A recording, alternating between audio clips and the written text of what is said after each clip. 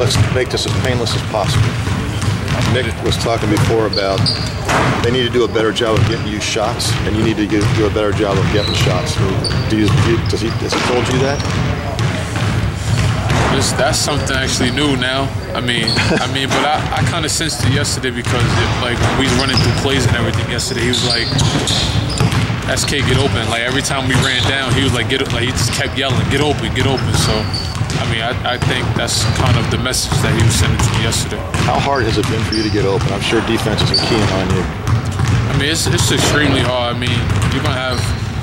I've been having lately like 1 or 2 defenders like every time I've been trying to get past one. So it's kind of difficult, but that's when I gotta be the smarter player and make smarter plays out of the double teams that they do throw and really recognize like which one of my teammates are open. Yeah. What can you do besides run off screens?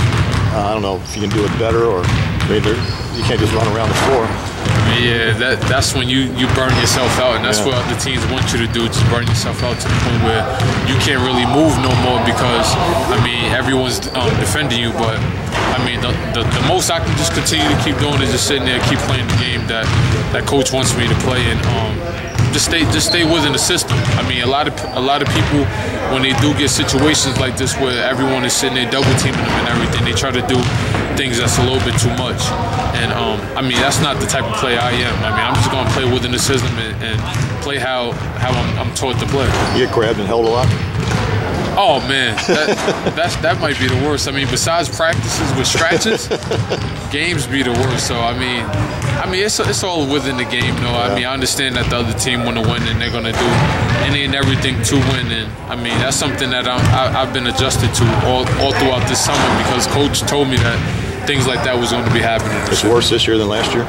10 times because worse. You're a marked man now. Yeah, it happens, and I understand it because, like I said, they all want to win. And when you tell the officials I'm getting held and grabbed and pushed, what happened? Certain officials will look out for you, but other than that, they'll let you play through it, and I respect it because it's just going to make me a better player. So do you grab and hold and on the other end? I grab and hold them as well. So as long as they don't call it on my end, I'm fine. So Coach mentioned he thinks it's time for veteran guys to understand that all the practices and all the games are kind of leading up to trying now to make a run in March. Do you think the older guys sense that at this point of the season? Yeah, the older guys know for sure that. When it's like the end of the season like this is when teams start to crumble and teams start to really understand that it's the end of the season, so they start lacking off, and that's not the type of team that we want to be, and we don't have the veteran guys that have that type of mindset. So once everyone is on the same page with that, then we'll be all right. How much do you think the end of the season, going into the end of the conference play, starting the Big East tournaments, and then what happens in March kind of defines what a team's season is all about? And that it defines a lot because throughout the whole season you've worked that hard just to get down to March, and then for you to throw that whole season away within a month or even 2 months, like for example like this month now or next month, it's terrible.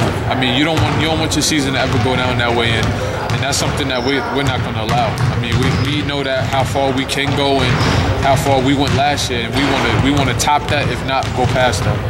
You talk about Napier and Boatwright and playing a backcourt that is as dynamic as they are, both with the ability to get up and down the floor with speed, but also to make big shots. Them two, they're great players, and we sensed that last year. With the exception of Boatwright because he didn't play, but we've been watching them a lot lately, and they make a lot of shots. It's going to be. You're not going to just have just me and Cash just having to guard them. You're going to have the whole team having to guard them because we know that they can make big shots, and we know that they can take over a game just within them too. So it's going to be a tough task, but like I said, this is the time where we need all the wins we can get. How important is getting back against those guys because they both have elite speed and they can basically be a one-man fast break if either of them get the ball in space? It's going to be huge. Especially it's going to be huge for our 5 men to get back as well. So just in case they do pass us or pass any of the other wings, that our 5 men can at least try to block the shot or alter his shot. But their speed is crazy. Them two, I don't know, it's gonna be tough to guard them. But like I said, we need that win. What do you think it would be like to be in their situation knowing that you can't play in the postseason? How do you get up to play every day? Man, I mean, you got to have a lot of courage to do that.